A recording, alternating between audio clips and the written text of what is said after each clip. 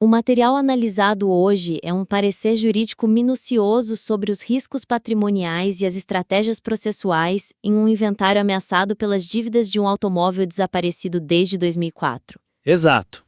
Então, um tema central que percorre esse material parece ser o efeito dominó silencioso, onde a inércia do tempo transforma algo aparentemente inofensivo em uma ameaça patrimonial avassaladora, e a forma como o autor tenta comunicar esse perigo dividindo-o metodicamente em diferentes esferas do direito. A categorização dos riscos em blocos jurídicos isolados mascara a urgência processual e a progressão natural da ameaça ao apartamento da família. Essa é uma lente muito interessante para a gente aplicar logo de cara. Porque, lendo a estrutura do texto e as notas, o argumento inicial aqui é que a situação exige uma dissecação muito meticulosa, né? Sim. E o autor faz isso criando aquelas caixas perfeitamente delineadas. A gente vê uma seção longa e detalhada só para os riscos cíveis. Onde ele discute o espólio em si. Isso. Aí depois, o leitor precisa pular para um outro capítulo focado em riscos administrativos junto ao Detran, à Secretaria da Fazenda. E lá no final ainda esbarra numa seção sobre potenciais riscos penais. Exatamente. É uma arquitetura bem clássica de peças jurídicas. Mas você está dizendo que essa separação super rigorosa, quase cirúrgica, na verdade trabalha contra o propósito desse documento específico? Bom, com certeza. O texto adota uma separação acadêmica que, olha, é impecável na teoria, de verdade, mas que quebra completamente a cadeia de causalidade na mente de quem está lendo. Fica muito fragmentado, né? Demais. Quando o autor divide os riscos nessas caixinhas estanques, o cliente entende as regras de uma forma totalmente isolada. Ele compreende o que é o bloqueio no CADIM quando lê o capítulo administrativo, certo? E aí entende a mecânica da sucessão quando vai lá para o capítulo civil. Mas tem uma fraqueza crítica aí. A gente perde a percepção daquele efeito dominó aterrorizante. Nossa, verdade. A ameaça não existe em caixas na vida real, sabe? Ela existe numa linha contínua que está se movendo rapidamente na direção do patrimônio deles. Essa é a grande armadilha de escrever como a gente foi treinado na faculdade de Direito, né? A gente cursa Direito Civil num semestre e depois faz Administrativo no outro. Então, o cérebro da gente meio que mapeia o problema em silos.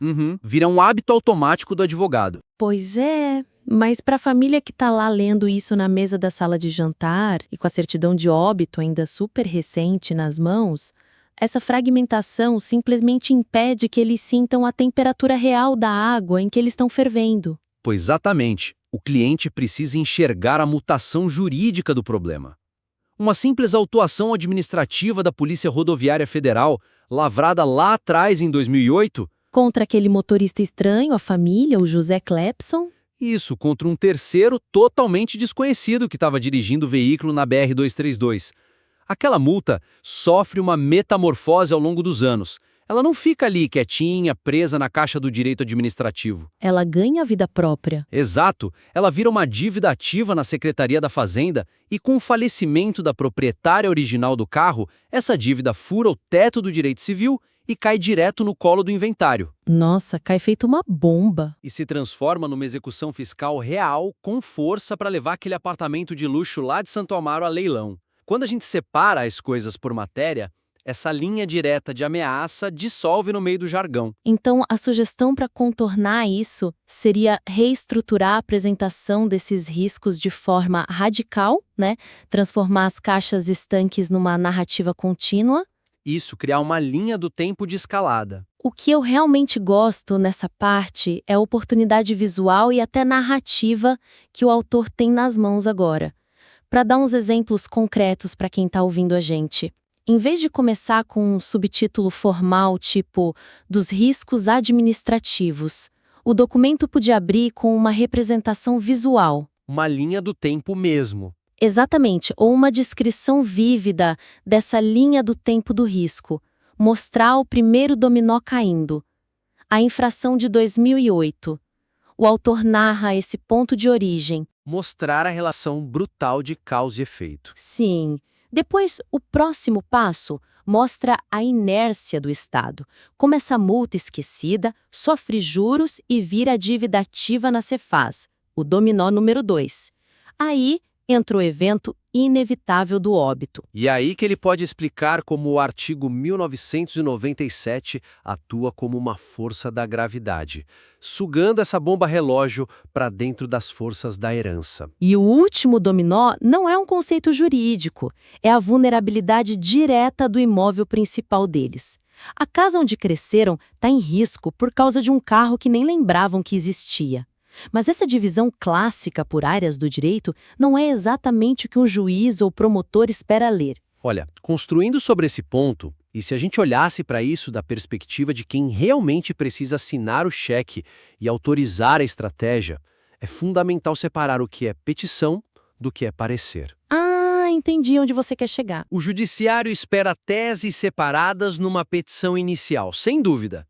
O juiz quer os fundamentos de fato e de direito devidamente fatiados. Mas o material que a gente está analisando aqui é um parecer, um documento de análise de risco e de estratégia. Ele serve para a família? Primordialmente para embasar a tomada de decisão dos herdeiros. A família precisa ler isso em estado de luto, de vulnerabilidade, para decidir o que fazer com a própria vida financeira. E para mobilizar pessoas nesse estado emocional a tomarem decisões processuais rápidas, você precisa de uma narrativa de urgência, não de um compêndio para o magistrado. Faz muito sentido. Se a família vislumbra essa ameaça acelerando em direção ao patrimônio deles, naquela linha do tempo que a gente discutiu, a reação natural é o desespero por uma solução rápida. Eles vão querer desarmar a bomba para ontem. O que, bom, nos coloca diante de um conflito tremendo quando a gente olha para a solução que o material propõe, né? O foco absoluto na elegância das teses de defesa omite a dura realidade prática do custo-benefício financeiro e do tempo processual necessário para aplicá-las. Esse é o coração do documento e, olha, paradoxalmente, a sua maior armadilha. A argumentação construída é primorosa, detalhando uma ação declaratória linda. Muito bem embasada. Muito. O autor usa a súmula 585 e o tema 1118 do STJ para provar que a tradição do veículo, a entrega das chaves, ocorreu lá em 2005 para o Sr. Alcino. Sim. Com isso, ele afasta com total maestria a responsabilidade solidária da falecida. É um xadrez jurídico de altíssimo nível. Acho que qualquer advogado, eu mesma, ficaria orgulhosa de assinar essa tese. E o autor tem todo o mérito nessa construção, tá? É brilhante na teoria. A fraqueza aqui, o que a gente está apontando, é que ele trata o litígio de forma completamente idealizada, ignorando o peso da gravidade no mundo real. Como assim no mundo real? Existe uma miopia que é meio que institucionalizada na nossa profissão. A gente foca exclusivamente em vencer o debate jurídico, ter razão. E aí a gente negligencia o contexto financeiro da vitória. O famoso ganhar, mas não levar. Pior, é ganhar pagando mais caro do que o prêmio. Travar uma batalha judicial contra a Fazenda Estadual e o Detran, em Pernambuco, apenas para anular uma dívida acumulada de pouco mais de R$ 3.700. Isso considerando os valores históricos da época. É uma cruzada burocrática, pode levar anos. Isso soa como sugerir um tratamento de canal complexo para resolver uma dor de dente sem avisar o paciente de que ele não poderá mastigar do lado direito por 3 anos. Às vezes, extrair de vez e seguir em frente é o conselho que o cliente realmente precisa ouvir. Nossa, uma excelente maneira de visualizar o problema. Perfeita analogia. Porque enquanto os advogados brigam no tribunal ao longo de 4, talvez 5 anos, só para provar que o IPVA é indevido e economizar esses R$ 3.000, sabe o que acontece com o apartamento de luxo em Santo Amaro? Ele fica lá completamente congelado, né? Não pode ser vendido de jeito nenhum. Não pode ser partilhado definitivamente, o inventário inteiro trava por causa da ausência da certidão negativa de débitos. Imagina o custo de oportunidade disso. Condomínios mensais altíssimos se acumulando mês após mês. O IPTU correndo também. A inflação corroendo o valor do dinheiro e uma família inteira que precisava de liquidez imediata para seguir a vida, fica presa por uma questão de honra tributária que eles nem pediram para lutar. O advogado enxerga ali os R$ 3.700 que ele vai salvar, o ego dele ali brilhando com a tese do STJ, mas ele não enxerga os R$ 150 mil que a família vai perder em custos indiretos e desgaste emocional enquanto espera o tal do trânsito em julgado. Exato. Para combater essa cegueira teórica, a gente precisa de algo bem mais tangível no texto. E como você faria isso? Que sugestão a gente pode dar? A sugestão de melhoria estrutural aqui é muito direta, na verdade. É introduzir uma matriz de decisão pragmática, logo após a brilhante análise jurídica que o autor fez. Sem jogar fora a tese dele. De jeito nenhum. O texto não precisa jogar fora a tese do STJ. Ela mostra conhecimento. Mas ele deve colocar na balança o custo real do litígio contra o valor imensurável da paz de espírito e da liquidez imediata. Entendi. Para darmos exemplos concretos de como isso se encaixa na página, para o pessoal visualizar. O autor poderia criar um pequeno bloco comparativo com o título, sei lá, Ação Declaratória versus Quitação Estratégica. Muito bom. É como colocar dois caminhos no mapa. Uma tabela simples funciona perfeitamente, ou até uns tópicos paralelos. E o que vai em cada lado? De um lado da matriz, a gente tem a opção batalhar pela justiça fiscal. Qual é o prêmio? Provar a tese, limpar a honra do espólio e não pagar os 3.700 indevidos. E qual é o custo? Tempo imprevisível, desgaste. Isso, honorários contratuais de acompanhamento de processo e, principalmente, o inventário de um apartamento milionário imobilizado. Do outro lado, a gente tem a opção da quitação estratégica, que é basicamente absorver em justiça.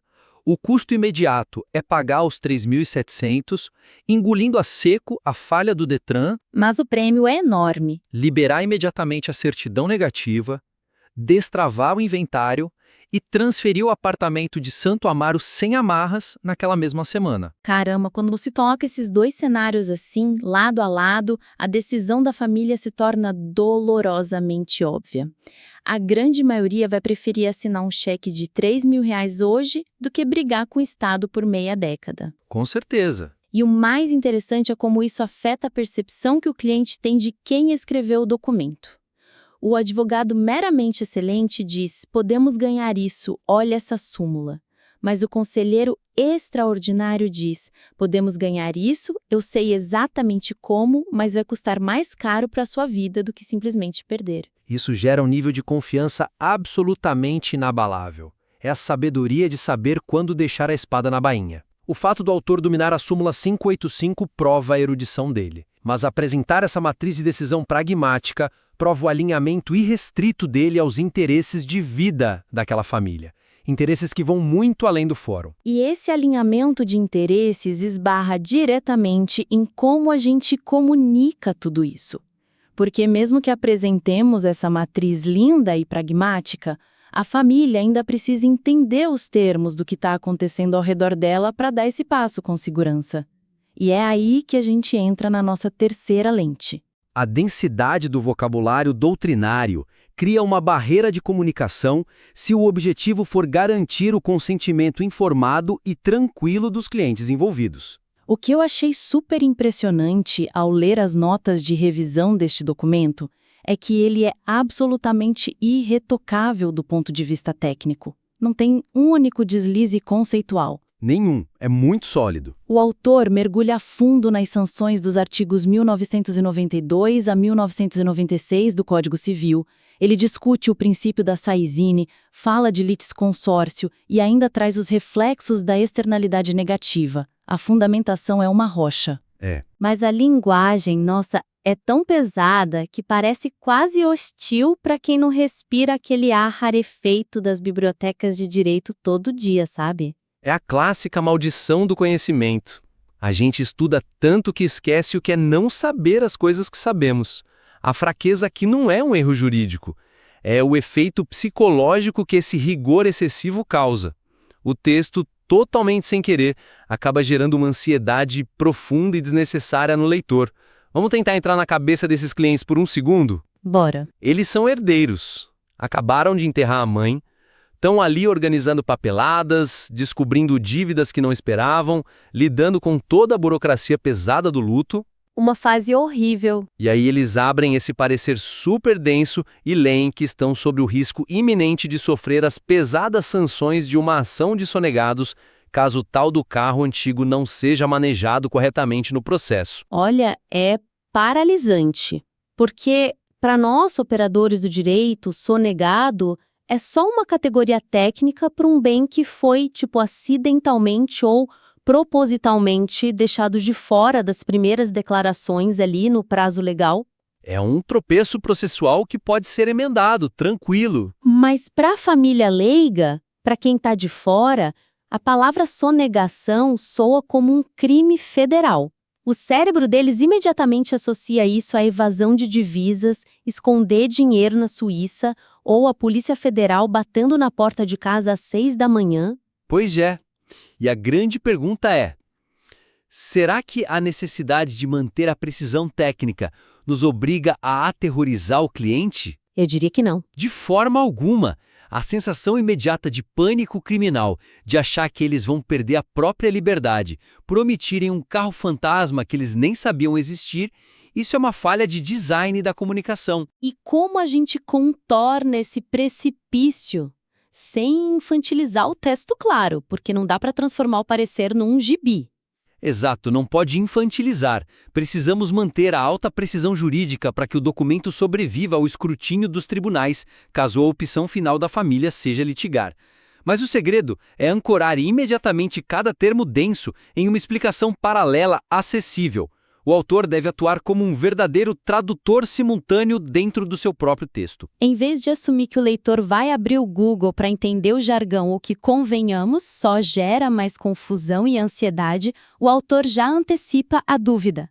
Sim, traduz na hora. Para a gente ver exemplos concretos dessa técnica em ação, no momento em que o texto menciona a Saizine, referenciando o artigo 1784, o autor não deve colocar um ponto final e seguir a vida. Ele insere uma vírgula. Isso, insere uma vírgula e adiciona algo como que funciona na prática como uma fotografia instantânea do patrimônio, tirada no exato segundo do falecimento. Pensa bem, com uma frase de, 12 palavras, você desarma um conceito abstrato do direito sucessório francês e transforma numa imagem que qualquer pessoa entende de cara. Essa imagem da fotografia é excelente, porque ela fixa o conceito no tempo, fica muito visual. Um outro ponto crítico no texto é aquela discussão exaustiva sobre a tradição de bens móveis. Ah, clássica. Se o cliente lê tradição, ele pensa em quê? Ele pensa em costumes, cultura, festa junina, tradição de família. É a primeira coisa que vem à mente. Mas no direito significa transferência de propriedade pela entrega da coisa. O autor deve definir isso logo na sequência, escrevendo simplesmente, ou seja, a entrega física das chaves e do veículo ao Sr. Alcino lá no passado. Essa pequena adição corta a alienação na raiz. E como a gente aplicaria essa tradução simultânea para desarmar a grande bomba relógio do pânico, que é a questão dos sonegados? Como traduzir sem minimizar o risco real que existe? Bom, esse aí é o verdadeiro teste de fogo para a empatia de quem está redigindo. O autor deve desmistificar o fantasma do sonegado na mesma exata sentença em que ele apresenta o conceito, deixando claríssimo para a família que eles não estão cometendo um crime. Como ficaria a redação? Poderia ser algo como o risco de uma sanção por bens sonegados, que apesar do nome assustador, significa apenas a omissão de um bem do espólio sem qualquer implicação criminal ou de prisão para os herdeiros que agirem com transparência. Veja como isso muda tudo. Muda o clima todo da leitura. É preciso aliviar a tensão gerada pela própria explicação técnica. A técnica pesada está lá para embasar o convencimento do juiz. A tradução leve está lá para acolher o cliente. É revelador como o tom do advogado muda a dinâmica da relação, né? O autor deste material tem nas mãos a chance de transcender aquele papel bem tradicional do procurador burocrático. Ele tem a oportunidade de brilhar como um conselheiro empático, alguém que não só protege o patrimônio contra o Estado, mas que protege o estado psicológico da família durante o processo. É a diferença entre jogar um tijolo no colo do cliente e dizer "se vira" e entregar uma bússola. Perfeito, quando você traduz o medo em processos gerenciáveis e quando você coloca as opções numa balança clara, onde a paz mental tem peso financeiro, você consolida essa figura do guardião.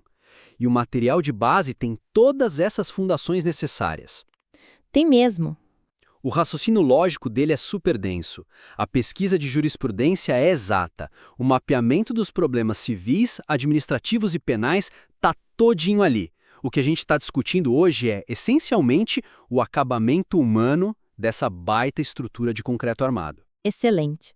Então, para recapitularmos o mapa de rota que traçamos para essa revisão de hoje, identificamos 3 intervenções cirúrgicas que podem transformar este excelente parecer técnico em uma ferramenta de aconselhamento imbatível. Primeiro, precisamos abandonar a apresentação dos riscos em silos acadêmicos fechados, aquela coisa de separar direito civil e administrativo em gavetas, e reestruturar tudo visual ou narrativamente em um efeito dominó cronológico. Temos que mostrar como uma infração de trânsito em 2008 marchou através das décadas para ameaçar o apartamento milionário hoje. E o segundo ponto, a inserção imediata de uma análise pragmática de custo-benefício logo após a defesa da súmula 585. Uma matriz de decisão que não tenha vergonha nenhuma de colocar o idealismo jurídico na balança contra a paz de espírito. Mostrar que pagar uma dívida injusta de R$ 3.700 hoje pode ser estrategicamente muito mais barato do que manter um inventário bilionário congelado por 5 anos esperando uma decisão de um tribunal. E o terceiro, atuar ativamente como um tradutor simultâneo dentro do próprio texto. Sempre que um jargão como sai-zine ou sonegados aparecer e ameaçar pânico ou alienação, ancorá-lo instantaneamente em metáforas visuais e explicações calmantes do dia a dia, garantindo que a família tenha confiança e clareza para tomar a decisão que a matriz exige. Como eu disse, a argamassa jurídica deste documento é excepcional, de verdade. A fundação de ideias parte de premissas absolutamente sólidas, revelando um profissional com profundo domínio do direito sucessório e tributário. Foi um exercício gratificante investigar como algo tão bem fundamentado pode alcançar um patamar ainda mais alto de clareza estratégica. Agradecemos profundamente o envio deste trabalho minucioso para nossa análise. Convidamos o autor a aplicar as lentes editoriais que discutimos hoje, realinhando a estrutura, o pragmatismo e o vocabulário. E, por favor, submeta o material atualizado para nós. Com certeza. Não deixe de mandar de volta. Adoraríamos ver essa evolução em uma futura análise. Nosso tempo juntos hoje fica por aqui.